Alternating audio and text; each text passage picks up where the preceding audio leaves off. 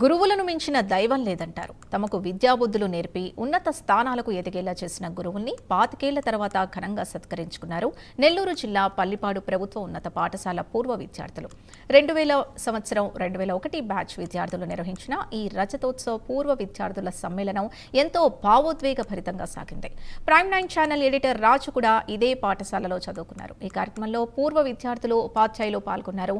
తమ చిన్ననాటి పాఠశాల స్మృతులను నెమరవేసుకున్నారు.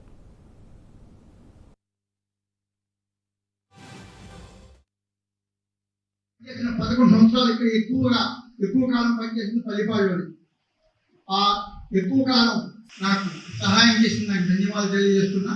పోతే మీరు ఏ రంగంలో ఉన్నప్పటికీ కూడా అది ఉద్యోగమా, వ్యాపారమా, ఇంటి పైన ఏమైనా కాదు, మీ రంగాల్లో మీరు కృషి చేయండి. మీ పిల్లలకి పుస్తకాలు, అది ఏ రంగమైనా సరే. అదేవిధంగా ఇప్పుడు మీరైతే ఏ విధంగా అయితే ప్రభుత్వ పాఠశాలలో పనిచేసి ఈ స్థాయికి వచ్చారో, అదేవిధంగా ప్రభుత్వ పాఠశాలని బలోపేతం చేయండి. హెడ్ క్వార్టర్ లో మాకు సార్ అక్కడ స్కూల్లో జాయిన్ అయ్యారు. అప్పుడు నేను సార్ కూడా పలికించాను, చూశాను కూడా. సువర్లత మేడం కూడా ఉన్నారు కదా సార్, అప్పుడు మీరు వచ్చారు. పోతే శ్రీనివాస సార్ కూడా రాపూర్లోనే మా సొంత మండలంలో సార్ కూడా వర్క్ చేయడం జరిగింది. తదుపరి శ్రీహర్ సారు ఇక్కడ పల్లిపాడు హై స్కూల్లో నేను జాయిన్ అయినప్పటికీ సార్ కూడా ఇక్కడికి స్కూల్ అసిస్టెంట్ గా మ్యాథమెటిక్స్ వచ్చారు.